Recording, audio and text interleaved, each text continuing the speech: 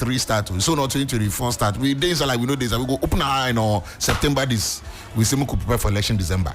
So so you are not shocked. So you are not. Let me borrow the same word again. Overwhelmed. We've brought to you a clinical psychologist. He's a senior lecturer as well at the University of Ghana Medical School, and he's a man who's been in practice for God knows how long. I know people personally who have been through his sessions. They tell you, one, he doesn't come cheap. Two, he gets the job done.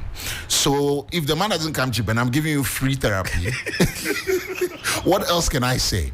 Now, the reason I'm saying I want us to do this specially is because I'll be giving our listeners the last 5 minutes or 10 minutes of the show.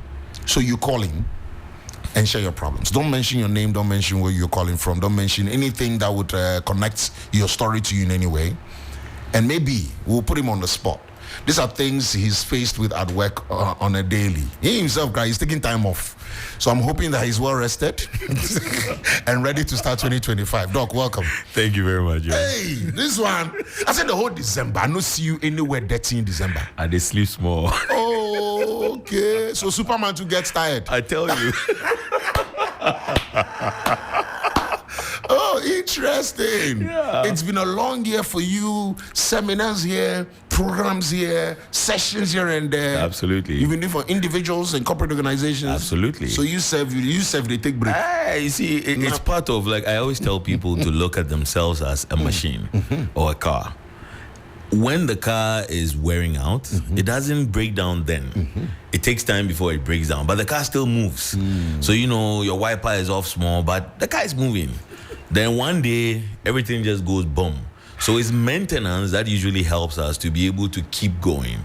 So this is my maintenance. I love that. Yeah. How important is that for anyone? Everything needs rest. Everything needs a break. Anything that runs continuously breaks down harder. And that's why in the architecture of the human existence, you realize that every day we are mandated by our biology to take a rest, which is sleep. The people who are not taking their sleep have significant side effects. We do not show in the moment, but they are serious. I mean, for example, we have found a lot of literature that ties a lot of cardiovascular related disorders to lack of sleep. In fact, when you are not sleeping, the agents in your body that cause inflammations, they become more. So when you sleep, it's like an anti-inflammatory agent. Now, basically, in the modern time, if you look at lifestyle disorders, the majority of them are all inflammatory diseases, even depression. The evidence shows the brain is inflamed. So by sleeping, you're actually mitigating. I mean, you can't prevent all, but you are reducing the onset or even the severity of whatever should come. So rest. How much sleep or rest is too much rest? Beyond 9 hours is problematic. And then below 7 hours is also problematic. Is it? Beyond 9 hours? No, the below, no, is it? Below 7 hours. So I ended up with 4 hours, 3 hours. Offside. The interesting thing about sleep is that look at sleep as an all or nothing thing. Okay, there's no substitute. No. The analogy I create is if you have a fuel station, you get 1 million gallons in your reservoir. Your car only takes 60 liters. And you need those 60 liters every single day. That's the way sleep is architectured. Now, most of us don't know this, but whenever you go to bed, you go through cycles of sleep. You are unaware of it. It takes approximately 90 minutes to complete one cycle. Now, the optimum is about 5. So we always tell people 7 to 9 hours of sleep is the best, is the optimum, is the gold standard for everyone. And you know that there are some very interesting things about, especially it's a new year. So when people are thinking about achieving goals and things, one of the things I tell them is you need to sleep. To achieve your goals, you need to sleep. It's not rest, you need the sleep. Now, think of it this way. The brain has a house cleaning agent. It only works at night. So if you are not sleeping well, what it means is that housekeeping is not going on. And your body's they gather. Death they gather. And this is what we call, it's a protein we call beta amyloid. In especially Alzheimer's, it's been implicated. You know, Alzheimer's dementia, usually where people are they're forgetting things and they look. It's one of the most significant predictors, which is a lack of sleep. So sleep is not a joke. Are there things you can reverse just by sleeping? Absolutely. There are so many of them. In fact, we've done this with a number of people in some control services where people who have cardiovascular related issues, who have high BPs, okay? Now, just by helping them to master their sleep, you notice that their beat per minute reduces from maybe the usual 90 plus and comes into the 70 and 80s just because they are sleeping better. Let's be a bit practical. Yes. Morning show hosts, reading into the night. There's a report out there. Johnny Hughes, typically Helen, will read throughout that, get the info, make some calls, sleep by midnight, sometimes AM. Yeah.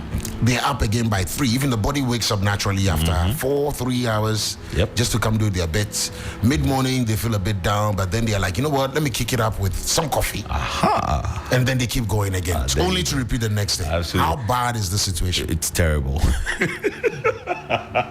I mean, I wish I could say something to uplift the soul and say, oh, it's not that bad, but it's bad. It is bad. You see, one very interesting and fascinating fact is every day you sleep, you dream. You just don't know. And everybody dreams. Every day you sleep, you dream. You just don't know. Now, the human brain needs dreams as part of its function. And that's why for people who don't sleep much, like if you're sleep deprived for even 2 days, you start hallucinating. And you know why you're hallucinating? Your brain is saying, bro, if you will not sleep, I still have to dream. So its quest to dream is what pushes you into that hallucinatory state. Is that why this is used on terrorists? Sleep deprivation? See, not just on terrorists. In fact, they even use it as a selection process for those higher ups in like military tactics. That and then cold, environment. The ability to withstand cold. Because they seem to be very powerful things in terms of how you function in totality. But if you are not sleeping, you are suffering. You just won't see it. There are many people who have a bad night of sleep and the next morning they are fighting with everyone. In fact, if for all our listeners, I want you to just picture one time where you slept really well and then you were driving. Somebody crosses you, you probably just whistle through it. On other days where your sleep has been maybe fragmented, you're a new parent or something was interfering, someone crosses you and then before you know, the words are coming out. Because it affects your mood as well. It affects your immune system, and your immune system is what helps you to fight against all these pathogens. Now, interestingly, many people go through like high bouts of stress. Say you have an exam coming up or some presentation or project. You stay up, you do. The moment you are done, you get sick. Some common cold or some malaria because during that period, your immune system has been suppressed. It's not able to function as it should. But sleep seems to be one of those things that restores the energy or the strength for the immune system to battle these small things.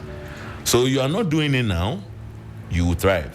But then once it kicks in, you owe from all the awakeness you had. So it's... Doc, this... See, these are important conversations to have, especially at this time of the year where a lot of people are looking at how to reset for the year ahead. But there's another conversation that I want you to educate our listeners on. It's got to do with nature and the impact of stress. It's become a buzzword. I mean, today's society, everyone talks about stress for various forms of it. Absolutely. The last time you were here, you even touched on a few ones and how we shouldn't equate stress. I remember this so vividly. Again, for the benefit of those who just joined us. Could you briefly explain what stress is and how it affects the mind and body? Okay, I want us to understand it this way. Stress is inevitable. There's no way we can move away from stress, but we can manage it. So stress is all around us. And I always give these scenarios. You wake up early in the morning and you start to think, the traffic, that's a stressor. You did the traffic inside, people are stressing you in the traffic. Of late, the Okada pole scratch you small. So you already vexed before you get to work. And then you see the office building and then your brain goes, oh my goodness, another day in this. So you see the stress times 2. Then as soon as you get into the institution, you find that one stressful person. Just by seeing them, your heart starts. You are like, you're upset. And this is not HR, guys. This is not HR. Oh, this is not HR. It's your colleagues. This is your It's not someone who is your colleague. It's not your boss. It's just. This is. Then you transition through that. Now you have to come to the work itself, which demands some resources from you. So it's also taking away from you. Then you close and you say, finally, time to rest. But the traffic will not let you rest. These are the triggers, right? You're going back. Yeah, so you're going back home and the traffic starts. It's stressing you out. You get home and maybe you go and meet Marijata at home. Oh. So you can imagine. That could be your partner. That could be your partner. Who stresses the hell out of you. So just could be light off. It could be light off. Thank you, Joe, for saying it. It could be light off. So you just think about the fact that the stresses, you can't do away with them.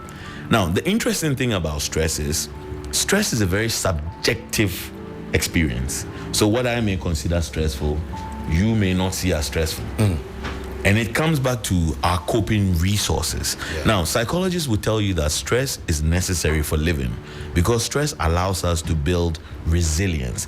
And I want you to start thinking about the brain like a muscle, even though it's an organ. Okay, if you think about the brain as a muscle, there's no way you're going to go to a gym and work a muscle, okay? And the muscle will not get stronger. And stress seems to be that necessary trigger that works the muscle of the brain to be able to deal with challenges. Stress means you are facing a challenge. There's a demand on you. Now, you overcome the demand, but it's not easy. And your brain builds resources to be able to overcome the demand, making you more immune to the stressor. So stresses are very good. They help with resilience. But when the stress becomes chronic, when there's no space, and that's why we always talk about managing it. Give yourself some time within the day or the week where you can just like take a step back and say no stress at this point. Even if it's an hour, even if it's 10 minutes. It's more important than the stress being enduring because then it wears out your resources. Now, to the brain, stress always registers as a danger. So whenever you are faced with any kind of stressor, the brain sees it as dangerous. In fact, sometimes even positive things like change is a significant stressor to the brain. Any kind of change is a significant stressor. Wow. Because it takes away our sense of safety is tied to the routineness of the things around us. So our ability to control our environment gives us a sense of safety. So even if you get a new car and you are not seeing maybe how to switch the gears up, you get stressed by it. Meanwhile, that car might be more luxurious. Even when you are getting married, marriage is a positive change, and yet you fear small. Doc, are we getting? Is these days everything is stress? Absolutely. How can one recognize if they're dealing with stress or just feeling tired or overwhelmed? Well, tired and overwhelmed is part of the symptoms. It's part of it. and yeah. But you see, typically stress will show in 4 different components. Okay. It will show physically in the body, emotionally in your feelings, cognitively in your thoughts, and then in your actions. So, for example, in the body, and that's one of those like really interesting things, where you start to feel all these aches and pains, and you go to the hospital and they run every test, they say you are fine. Yeah. And then, as a people of faith, you say, "Kai, a baby, somebody they do me." Yeah. Then that triggers another level of stressor, which is more hidden. So you can't see it, but it's kicking your body into high gear and saying, there's a problem, even though the problem is in the way you are thinking about it. Now, I always make this example of, if you want to know, one tell sign of I'm going through a lot of stress is that your mind is wandering a lot of the times. So I can remember sitting in my car. I get to your studio, but everything that happened on my journey, I know the guy, because your brain is wandering. It's not focused. It's not in the present. So you are thinking about all the possible problems whatsoever you have, and that can make you're not living in the moment. No, you're not living in the moment. So that makes you forgetful, because in order for us to remember, it has to make an impression. And impressions only come by paying attention. And if you are not paying attention, then forgetfulness is real. So you see, that happens in our thoughts. Now that makes it very difficult for us to concentrate, for us to make decisions. And the other side of being in a state of stress is because it registers as danger, it also pulls the resources of the danger system. And the danger system works by making us ready to flee or to fight. So it's very reactionary. So it doesn't allow for us to think critically. In fact, from a science perspective, they tell you that when you go into high periods of stress or fear, this part of your brain, your forehead, the frontal, we call it the prefrontal cortex. That's where thinking, analysis, planning, all of those things are. It seems to shut off. And there's a small device behind the back of your head, your amygdala, which is primed for fear. So what happens is, if maybe you feel something walk over your legs, jump back. In your mind, it's a snake. And later you check, it be shoelace. Or belt. Beautiful. That's the same thing that happens when we're under high stress. Small things, we exaggerate our reactions to them. And we don't process it as much. So we're likely to make a lot of faulty decisions when we are going through a lot of stress. And this is the cognitive aspect. Then it comes to our feelings, how we feel. Most of the time, people are on edge. Small thing, they vex. There are plenty fights, plenty quarrels, unnecessary moodiness. And some of them also, you notice that they become extremely down. So, I mean, you see somebody and you're talking to them, but, I mean, there are some people, when they call you, you say if you retire. They suck the energy out of you. True. And that could be a sign that they're going through stress so continuously. Now, the final one has to do with behaviors. What we normally do as a way of trying to maintain balance. So whenever we're tipped off high or low, the human body and the brain will try to bring us back to middle. So like cold temperature, the pores close to ensure that heat stays in the middle. Heat stays in the middle to keep us warm again, okay? Similarly, when I'm going through an emotional state, I want to come back to the place where I used to be. So I'll find something to do. And those bring about what we call many maladaptive copings, like drown my sorrows in alcohol, smoke a joint. In more noble terms, stay on my phone for 33 hours. Without feeling it. Exactly. Because you are trying to cope. You are trying to bring yourself to a place that you usually feel neutral or normal. And all these, so in the different facets, they can show anywhere. They can be a combination of all, or it could be just one that you are feeling so consistently. It is a call for you to know something's going wrong and I need to put in an effort to change something. How important, in fact, before the role of support systems, let me ask about daily habits that minimize stress. More practical examples. They are so important. You know, like I mentioned earlier, our ability to control our environment is tied directly to our sense of safety. Okay. Now, routines give us a sense of safety, and routines make us feel that we're accomplishing. And accomplishing anything allows you to feel calm. Now, it's interesting to mention this, but exercising has been found as one of the most significant motivators, not only because they empower the brain with oxygen-rich blood, but also because whenever you accomplish an episode of exercising, the brain says, you've done something. Like, you've been able to beat the odds of going to the gym and finishing this particular routine. Sure. So it tells you you are capable. And then that energy is translated into all other facets of your life also. So routines are very important. In fact, when people go through challenges, one of the prescriptions we normally give them is to maintain routines. So, for instance, especially in grief, if you've lost someone, so close, or even a job or a relationship, your routines are modified, and it makes the brain goes into a haphazard overdrive. Like, okay, things are not like they used to be, so something is wrong, even though it's not. Now, by maintaining routines, you tell the brain false alarm, because when things change, the brain has to adapt. But if you maintain a routine, yes, there are things that are going up and down, but in a bigger or in a larger sense, there are still a lot of things that your mind is already used to. So as for routines, you don't joke with them. Wow. How about, you mentioned good sleep. Yes. Healthy eating. You mentioned exercise. So yes, healthy eating is also a very powerful thing. So you see, the three pillars of health for both physical and mental health are sleep, exercise, and diet.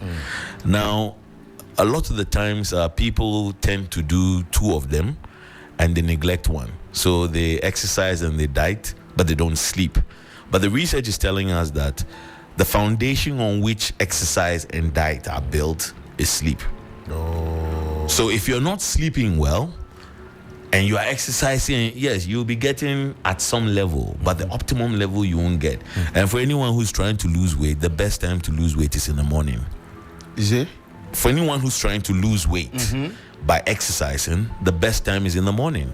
You see, when you're waking up, your body needs to bump up on what we call cortisol. Cortisol is your stress hormone. Okay. And it's very important in the burning of fat and also exciting. And so a lot of times I tell people, when you are drinking energy drink, day guard, you are not increasing energy, you are increasing your stress hormones, because cortisol just goes to increase. The energy drinks increase your stress hormone and gives you that sense of alertness.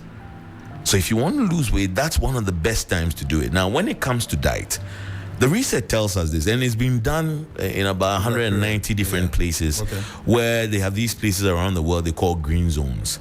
Now, they only feed on fruits, nuts, vegetables, and then fish products that are rich in omega-3. And they seem to give them a number of complex, stressful tasks. And they find that people who are not on these kinds of diet tend to struggle a lot. I mean, they may do it, but the time they'll use is a little more difficult. They may drag and feel unmotivated and have to be. But for the other side, it's not as much. And so based on that, we tell people, your diet is fruits, nuts, vegetables. Make sure that it's colorful. The more colors you have, the better you are nourishing the brain. And then also the time at which you are eating. And this is a stress call to many people that eat at night. Now, remember, sleep and food, they are related. Now, if you're eating a lot of spicy foods close to bedtime, you are more likely to have wake up to do a lot of things. Acid reflux, and that's one of them. The second thing is, if you sleep and you don't if you eat and you don't give yourself about 3 hours before you go to bed, your heart rate is like daytime. It's almost like you are doing normal because the stomach is still playing host. It's working in digestion. So we tell people, whenever you eat, you have to wait at least 3 hours before you go to bed. At that time, the stomach is on coast. Now, for those people... Fafa Indomie. She has failed already.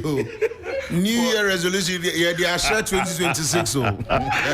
We try again next January. Oh no, we can't continue. Because this year they are fat. See, if you have a smartwatch, get one of the sleep apps. In fact, I just got one today because I want to start again. Because last year it really helped me. One time. I wouldn't lie to you. That's plus the intermittent fasting. Make me sleep well at night. Awesome. I used to be the guy who would deprive myself good sleep for a lot of reasons. Good. And the screen time, man, was killing. That's something I have to talk about also. In fact, there's a whole topic on this one right here. I tell you. The screen time. The screen time. I'll explain something small so you understand what's going on. Okay. But let me write it down so I don't forget. Yes. If you have a smartwatch, it's always helpful to track your sleep, okay? Because the evidence you give yourself will push you to sleep more and better, okay? Now, generally, when you sleep and you go into deep sleep, which is where the magic occurs, your heart rate usually drops a little further. It comes to about 40 beats per minute. So if, for example, you monitor your sleep, you may start noticing that, okay, maybe on nights where my heart rate was averaging like the 40-45s, the day seemed to be more productive. It seemed to be more... So that's direct evidence to tell you that, so deep sleep is actually good. And when you eat and go to bed right away, you hardly are able to enter that zone. I'm sure somebody is also asking, should I be taking medication to sleep? Well, they only relax your muscles. They don't allow you to go into deep sleep. So they will numb you to, like, your muscles will drop, you sleep. But where the magic occurs is usually stage 3 and stage 4. Where you might never get there. You never get there. Because those sedative hypnotics, they only... And same thing for alcohol. So alcohol will get you to go to bed, but you wake up more times also because it's a diuretic. So you need to pee a lot. So you tend to have more fragmented sleep. Which is dangerous. So you are not getting the full cycles of how the sleep should be. So already sleep nankasa yeah brain sanadiaba. What you say? When they sleep you have to sleep right. And now I hear there is also breathing right. You see, which sleep apnea for those who cannot relate. So it's dog. This life akasa. Let's just what is that? What remember should this? So I'll tie it in with the screen issue.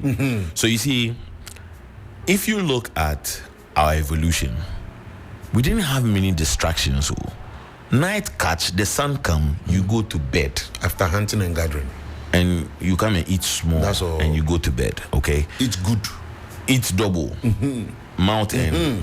You know.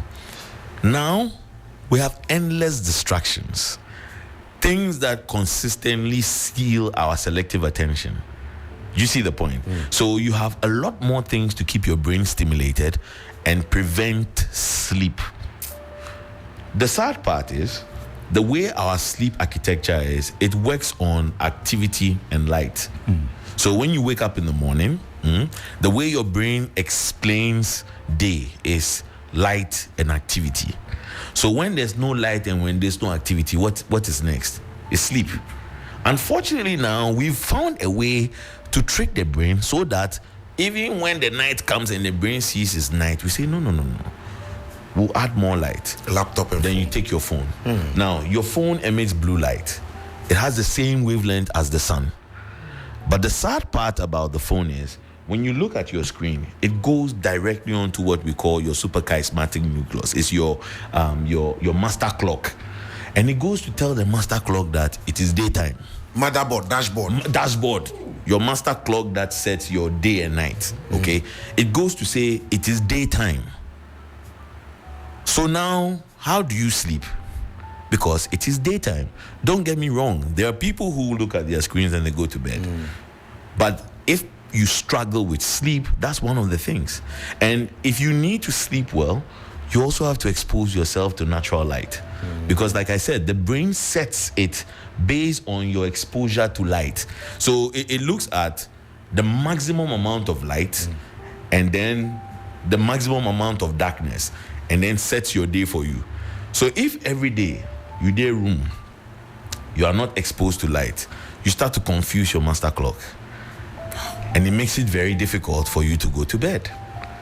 So as for the light, there's something we call the no tech 90. 90 minutes before you go to bed, you need to go off all devices, especially if you struggle with sleep. Yeah. I put mine on do not disturb and the focus thing. Yes. So I only see missed calls after 7 a.m. Which is powerful. Yes. But are you, and I ask those who are listening, what's the first thing you do when you wake up at dawn? Most people take their phones. I used to grab my phone. Now I've stopped. Good. Yeah, I used to. And it didn't help me much. Exactly. Because if it be bad news, I spoil my day with that. You see. So it's a very, and you see, the other thing about grabbing your phones at night is the first thing on your screen is usually time. So you see, when you pick up your phone and then you look at the time and it say 2:30 a.m., then your brain now starts, Charlie, you have 2 hours more before. You wake up. 2 hours more. No, it's 2 hours more before you wake up. It's 2 hours more. So then, the next sleep is not. You are not going back to bed sleep. because you are worried about, if I oversleep, I'm in trouble. So we tell people, stop clock logging. If you wake up, don't look at the clock. You just trust the fact that at the 5 or the 6 or the 7, you wake up. That's why you're preaching the smartwatches. So at least instead of the phone, you look at the time. Even the smartwatch, you are not wearing it because you want to look at the time. You're only wearing it to measure your sleep. And you do that for some time. Okay. Say 2 weeks and you stopped. I've been off for like 2 weeks because my charger wouldn't charge, and I've not been myself in 2 weeks. I'm so addicted to that thing. It's just to provide evidence to you that there are benefits of. So you see, the human mind works best with evidence. If I were to tell you I can fly and you say, oh, you they lie, and I prove to you, you believe me, because you know human beings don't fly, but Seth can fly. That's evidence. Same thing happens here. If you're able to track your sleep and tie it to your motivation for the next day, I mean, all things being equal, then it encourages you to say, I need to sleep more and I need to sleep better. It helps you to also notice, okay, what were the things I did right before I went to bed? should I continue this routine? It's all based on evidence. Dr. Seth Mawusi Asafo is our guest on the show here on the 3FM Drive. We're getting loads of comments, but as promised, I'll allow you to call in directly and ask specific questions that you would typically pay for clinical psychologists and a lecturer at the University of Ghana Medical School. We've spoken about sleep. I think it's left with you were about mentioning the types of sleep for us. Types. Well, he says not all sleep is sleep. Oh, not all sleep is sleep. So maybe explain that part for us before we get into the work-life balance, which is an area I want us to focus on a lot, and then the role of support system. Okay, so if you look at sleep, sleep has different stages. Okay, stage 1, stage 2 are usually what we call the physical sleep, because it's just the muscles. Stage 3, stage 4 is usually what I call the emotional and the psychological sleep, because it's during that time where any kind of learning becomes consolidated. Now, you see, there's a concept we call neuroplasticity, which is the ability of the brain to regenerate and gain more sophistication. And it only happens during sleep. So, for example, you see, when I learn, the only time it's cemented in my brain is when I'm going to bed. You see the point? Now, many of us are getting what I call sleep quantity, but not sleep quality. So I could probably sleep in total 14 hours, and you could sleep 3 hours. But because you entered deep sleep, you're getting more benefits. Now, one characteristic of deep sleep is usually the fact that you get what we call sleep paralysis. You're unable to move your muscles. You see, like I mentioned, every day we sleep, we just don't know. Now, we dream, we just don't know. Now, sleep paralysis is a protective mechanism that prevents us from acting out our dreams. So, I mean, you imagine if that mechanism did not exist. Somebody's owing me some money. I catch them in some corner. I hook their neck, but I'm sleeping. My wife is by me. I throw some 2 punches. By the time I wake up, my wife, I break my wife's nose. You see? How you go explain this much? And sometimes people say they explain it as attack, like I couldn't do anything. Well, from a I do not in any way say that the spiritual does not exist, but from a purely scientific point of view, this is how we understand it. So we want people to be able to oscillate towards the last 2 stages of sleep every night, and it takes approximately 90 minutes to go through one cycle. So 3 hours is 2 cycles, 4 hours 30 minutes 3 cycles, 6 hours is 4, and the optimum seems to be 5, and that's why we always recommend the 7 to 9 hours of sleep. Makes a lot of sense. Absolutely makes a lot of sense. Now let's talk about work life balance for our listeners. Juggling work, family, personal goals. How can they establish a healthy work-life balance? Especially this year. So, when people talk about work-life balance, sometimes what they are thinking is 50-50. Well, it's never that way. Yeah, of course. It can sometimes be 40-60, sometimes can be 90-10. But the consciousness of ensuring the balance is what is necessary. You know, like as I mentioned earlier, I talked of the fact that as for stress, it's inevitable. So we can't do away with it, but we can manage it. Now, if I am even managing 10% of it, hallelujah, as compared to allowing 100% of danger signals to keep influxing. And we know that work-life balance has become something that is intentional. You see, after the turn of COVID, work-life balance dropped even further from where it was, and the stats were not even good. So now we are taking work into the bedroom with our phones and computers. Now we tend to work maybe 18 hours a day, when traditionally it was when I leave work, I leave work. Then we started to put smart computers on our phones, into our bedrooms, into our bathrooms, into our everywhere. Work-life balance is making sure and being intentional in saying, I am going to do something for me, by me, to recuperate. And that usually includes having fun. Wow. So I ask people this question a lot. Joe, what are your hobbies? Currently tennis, music. Good. I do movies as well. Just some good family. Do you notice that when you are in any of these activities, your mind is not wondering about your problems. Yeah. It's focused on, and I normally like the physical related activities. I tell people, look, even if you like movies, the kind of movie you watch determines whether it is stressful on the mind or not. I mean, comedy across board. I don't like tragedy. I don't like horror. Horror self. I don't like. They stress me for somebody. I don't like. In fact, when the movie is too intense, sometimes I avoid it. Yes, because I don't want to cry. Beautiful. So you notice how powerful this is. And work-life balance is intentionality.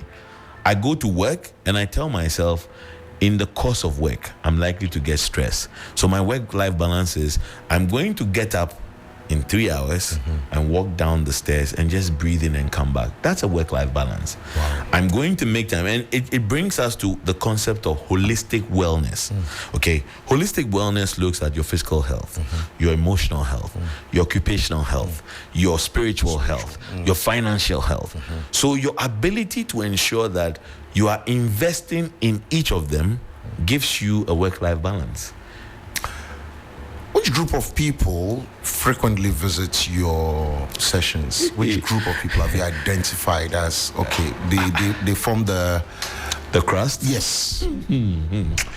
It's difficult. I mean, especially within our part of the world. Yeah. If you look at psychologist to patient ratio, it's like 1 to 400,000. That's right.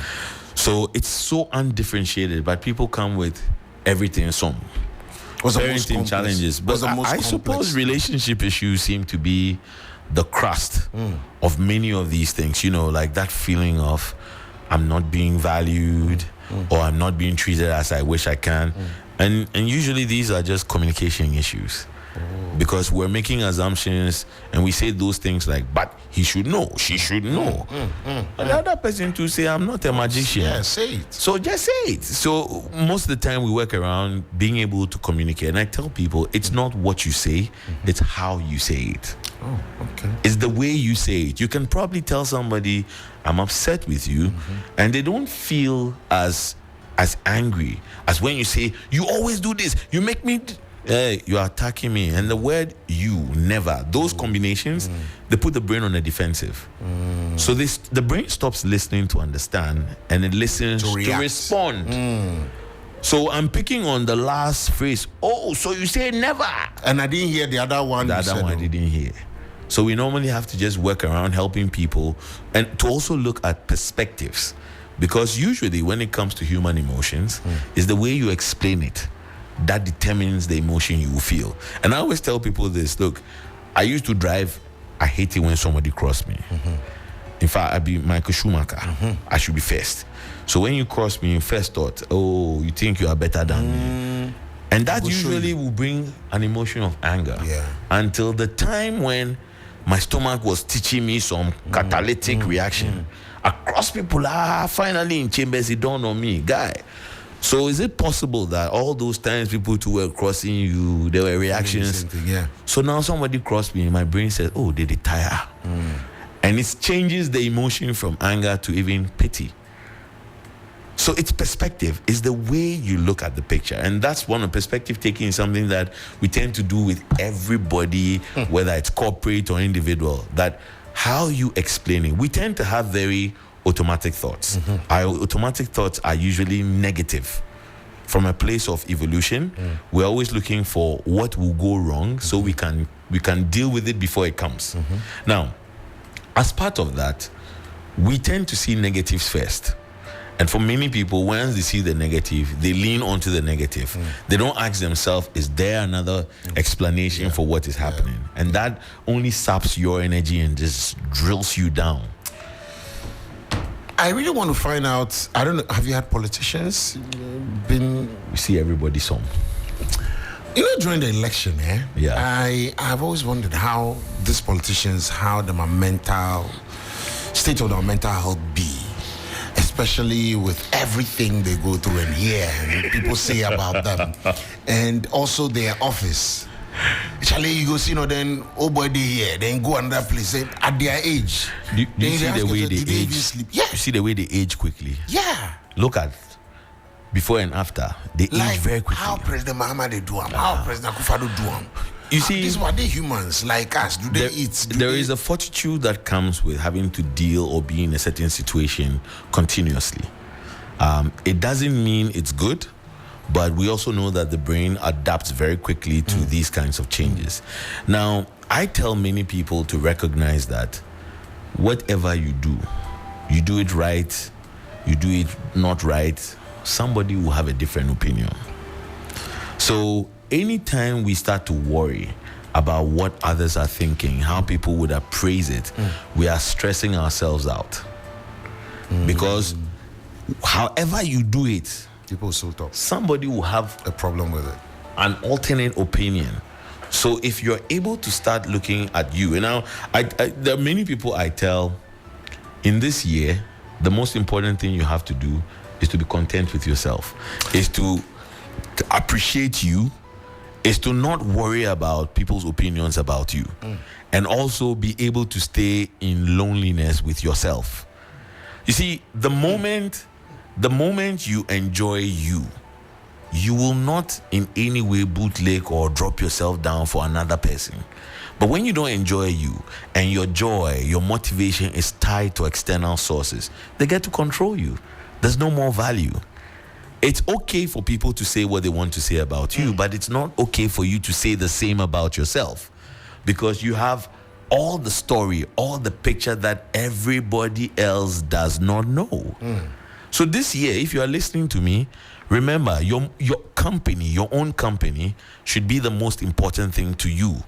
I'm not asking you to be to isolate yourself or to be someone who doesn't. But if you don't have people around you, you should still be able to be okay.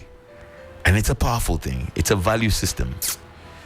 We'll go for a quick commercial break. When we return, Dr. Seth will take us through a personal one-on-one kind of vibe. So please save this number, gather your thoughts, and call us right after this quick break. 0559-242-717.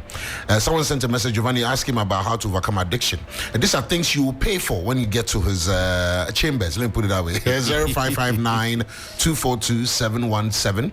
0556-910-154. Another one here is around marriage, is around sex for couples. This one says, do men change? Do men ever change? Now, I'll get the answer for you right after the break. Stay with us. Hey, intimi kwami bampo penny. Market ya, enye insuta. Na yesta bisano. Anton swa bobu. Esan say, me bucket ye miensape. Mini thank you. Emum do for biadum me. Wabombo sian, se min kope tank into. Na dien tank na meta min high. Syntax tank. Dien na echepa. Syntax tank. Tank bensu ne kita warranty bebre. Syntax tank. Na face so, uni my favorite color no. Tank ben bit me ayama me. Syntax tank. Obia says Syntax tank. Case close. Tribel tank. Shedi atro. Eye SINTEX. Syntax tank ana. Enye na be bie. Syntax tank. Eye strong. Eye tough. In the corporate world, time is everything. With M-Ticket, booking your bus ticket is as easy as dialing *265#. Just select your destination, approve payment, and you're ready to go. There's no car from the terminal. Terminal why this time? Haven't you heard of M-Ticket? M-Ticket. Okay, hold on, let me sort you out. M-Ticket makes home trip easy anytime, anywhere. For traders, every minute matters. M-Ticket lets you book in seconds, keep it your business. M-Ticket. From individual trips to group travel, M-Ticket makes booking fast, easy, and stress-free. Dial *265# today.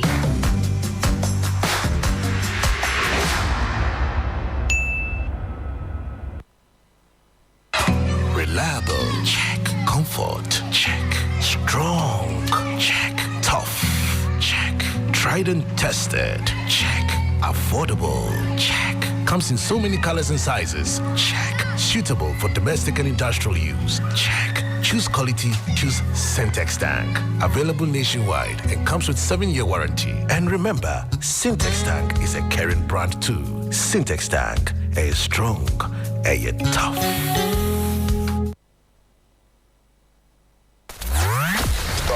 The hottest Lane on your way back home. Accra gets busy on this frequency. 92.7. Giovanni on the drive. Hey, ladies and gentlemen, welcome back to the show. Wow, time is running. We have 15 more minutes for the news team to take over for Hot Edition at 5. If you just joined us, you missed out on the entire conversation. Let me put it that way. You missed out on a lot with Dr. Seth. Dr. Seth Mawusi Asafo. He's a clinical psychologist and lecturer at the University of Ghana Medical School. Anytime he comes here, they take we go school. They take we go class more. But we love it. It's a good thing to do, especially at this time of the year, where, as mentioned earlier, a lot of us are feeling overwhelmed, and it's just sometimes it's hard on you. Especially for parents, this time you're done with Christmas, you're trying to save money. That small money you've saved is going into school fees this month. What you used to pay rent, come inside yet. Food, no come inside yet. Yeah. So all that, we meet all these people for traffic inside, huh? We meet all these people for traffic inside. The vex, they take vex, they walk. Well, Doc, welcome back. Yeah. So let's get into it. I'm going to allow our listeners to tap into the conversation real quick. Absolutely. And also get to ask questions of their own. 0559 242 717. 0559-242-717 and 0556-910-154. If you got any questions for Doc, this will save you the trip to his lab. You don't have to go see the psychologist yet, unless your case is a different thing. So let's see. Someone sent a message around addiction. Giovanni, okay. It's a new year, and as part of my resolution, I want to stop masturbating. Good. How can Doc help? Okay. So that's a very good thing. First of all, I want you to understand that the way addiction seems to strengthen specific structures within the brain. And so when you say, I'm going to get off it, it's not a straightforward process, but the recognition that there's a problem is usually what helps. Now, in addictions, what happens is the human brain wants to keep us motivated to do things, so it rewards us. But human beings have found a crafty way to trick the reward system to reward us even when we haven't done anything. So, for example, you see when you eat, your brain releases a little bit of dopamine, tells you remember to eat again, but it's for survival. When you go school, you get some degree. That enjoyment you have on your graduation is the brain saying, try and do that more and more so that you are safe. Now, whenever you have an addiction, there are a number of processes. Recognition is the first thing. If you intend to, I always tell people that you need a professional to guide you through. And we have a number of what we call... success stories? Yeah. Oh, plenty. Really? Plenty of them. Plenty of them. From both chemical and behavioral addictions, there are dozens of them. And there are dozens of people I can connect you to who will tell you their story on air. Because they are throwing the light to make others recognize that it is possible. I think, Massive, we need to take up this as a project. Absolutely. On the drive, especially in the first quarter of the year. Absolutely. Where we're hearing these stories from people who are just like us. Yes. Who have been through some dark times and are out of it. Yes. Yeah. And it is possible because you get addicted because you have learned it. So now you have to unlearn it. But what many people don't like is the process.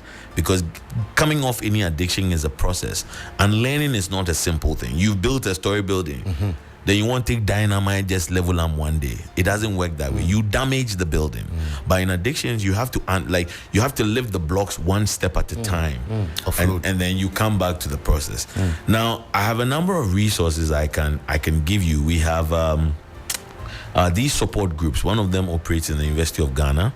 It's on Thursdays at the Guidance and Placement Center at 6 p.m.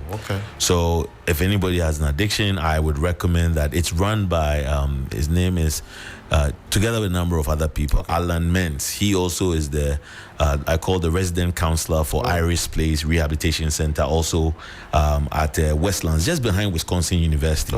And they're doing some very amazing work, helping lots and lots of people who have different addictions. So addiction, yes, it seems like a very difficult thing, but it's something that can be managed with the right people. If you want to do this at home, you need what I call an accountability partner. That's right. Somebody you can go and tell that, "Chal, I did the something." Now, just because they will keep asking, "Have you done the something? Have you done the something?" Keep your mind. At some time, before you engage, your brain says, "But I have to tell Giovanni the truth." And that becomes like a prompt to stall These are the people, process. proper, we listen, we don't judge. Proper. They we just we listen. don't That's judge. it. But you get tired of every day my own shame of having to tell the person I did it again. So that becomes some way of halting the edge or the trigger to engage in the behavior. So yes. How about career changes or plans to change or jobs? Let's put it in a very plain way. Switching jobs. It comes to this whole form of stress. It does. How do you manage something like that? Well, always remember it this way. The best evidence you have is the evidence from the past. So this wouldn't have been the first time you're going through any kind of change. And if you remember, you notice the beginning was always difficult. But then you sort of acclimatize or you got habituated and then everything works well. And that's the thing with any kind of change. Our brain seems to tell us that it's perpetual. So the suffering or the discomfort will always be like that. Now, it happens a lot in people who are in relationships that are not thriving. Yeah. The fear of, if I leave, I'll hurt, sir. But if you've been through one or two or three of them, you realize, the fact that I'll be able to go into a second one or a third one means it's not in perpetuity. So always remember from the past, these victories. When you started 2024, maybe everything seemed, but you're in 2025. How do you suppose you made it?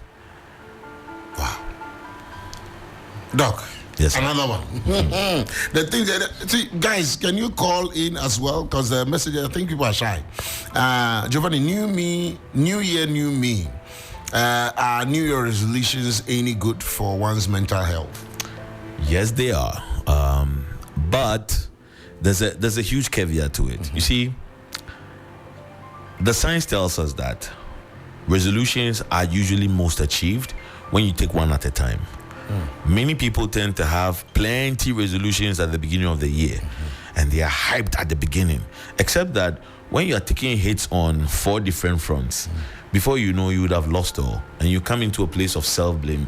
I'm not good enough to do it. But the science teaches us that when you have one that you prioritize on, by achieving that one, you boost your brain's motivation of capability. True. That I can do it. Now, you see, there are a number of interesting myths. Like, people have these resolutions and then they post it on their fridge. Every day they look at it.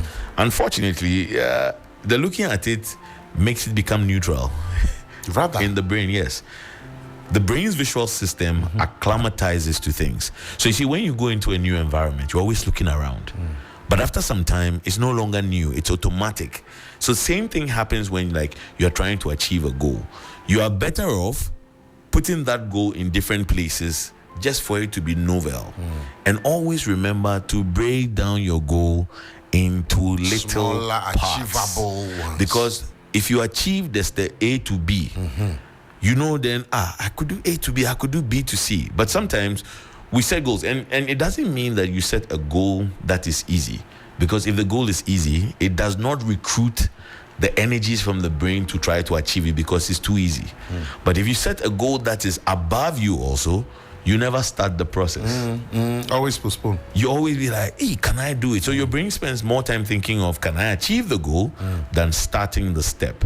So it's putting yourself in a certain middle ground. And I always use the analogy of, if you go to work out in the gym, okay, the more you try to push above your weight limit, the more pain you feel. True. But after the pain is gone, what happens? You are pushing that weight limit.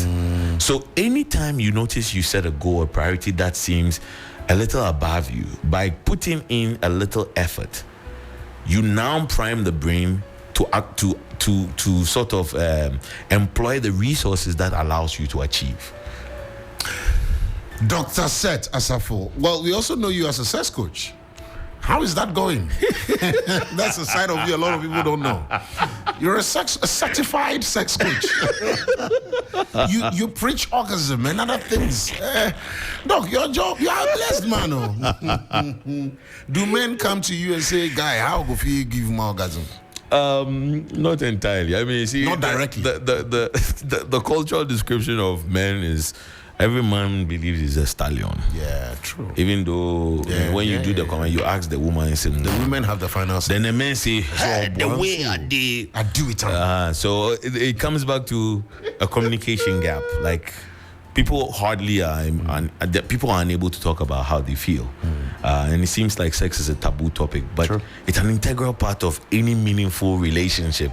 And so if you're not talking about it and knowing what seems to work better, what are the likes, what are the dislikes, many people will be doing it from a simply physical point of view, but the psychological and emotional connection is not there. Are we having more sex in this generation than before? The evidence seems to suggest that sex has been stigmatized.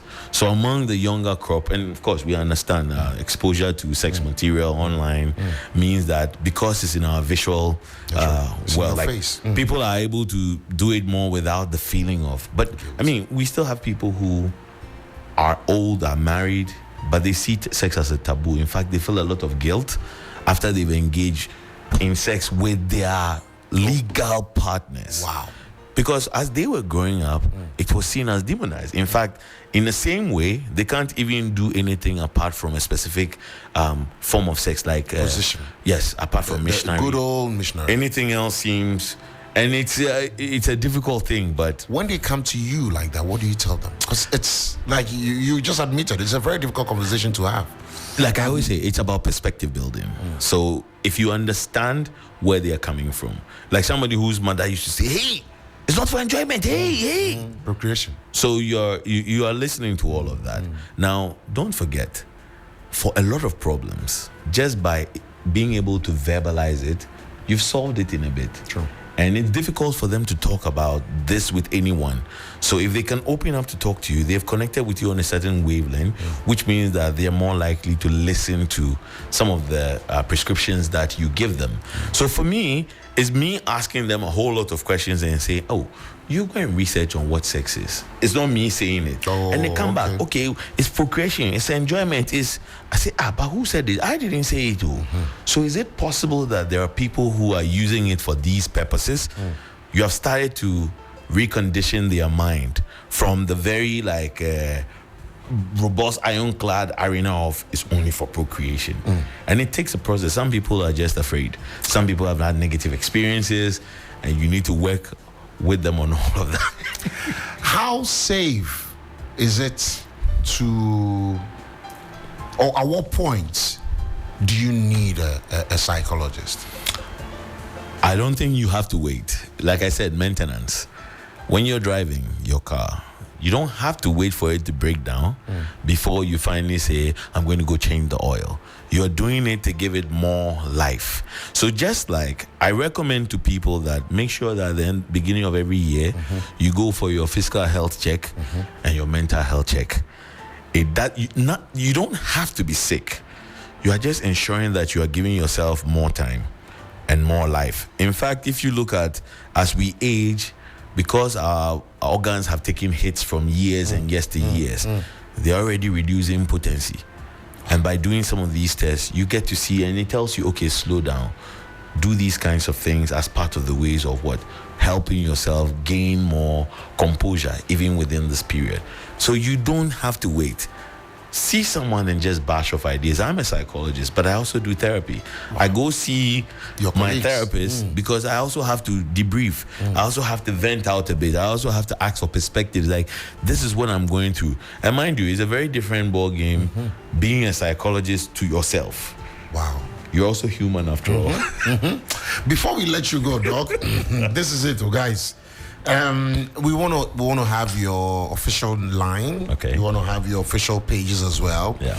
And also, if you can be kind enough to share with us some basic routine that is generalized or general enough to help us just stay afloat. Awesome. Until we get yes. Okay. So on Instagram, SethOGH. On LinkedIn, Seth Mawusi Asafo. Those two are good enough for me. I'm also in the Department of Psychiatry of the University of Ghana Medical School, called The Melody. The phone number there is 0302 665 662-105. 662-105. 0302 665-102. Okay. Yeah, so if you need to reach me, you can always get me from any of that. That's right. Thank you. Thank you very much, Dr. Seth Mawusi Asafo, for spending time with us here on the 3FM Drive. It's been worth it. And unfortunately, we're unable to pick calls, but we've gotten a lot of messages, including those of you who want direct contact to him and access to him for, well, reasons best known to you. We have 30 seconds more. Can we do the routine? Absolutely. All right. Number one, make sure that your sleep is good. Number two, always make time for fun. The best thing you can do for yourself is anticipate the joy. See, like me, this morning when I woke up, I was anticipating what I'll eat at lunch. Wow. Some fufu. So there's always some energy that pushes me going. So if you have something you can anticipate every single day, regardless of the things that hold you back, there's something that also you are looking forward to that spares you. I'll give you this quick analogy. You see, if you look and you watch videos of people who are on the desert, and they've depleted all they are dehydrated, they're about to fall down. Suddenly they see an oasis in front of them. It could even be a mirage. Suddenly all the energy does what? It comes back and they fight there and they realize, oh yeah or nay. Same thing happens within the brain. If you anticipate, you give yourself more motivation. So anticipate all the great things that can happen in the future. It's a powerful tool to keep you going. Thank you very much, Doc. Beatrice is standing by for the news at 5.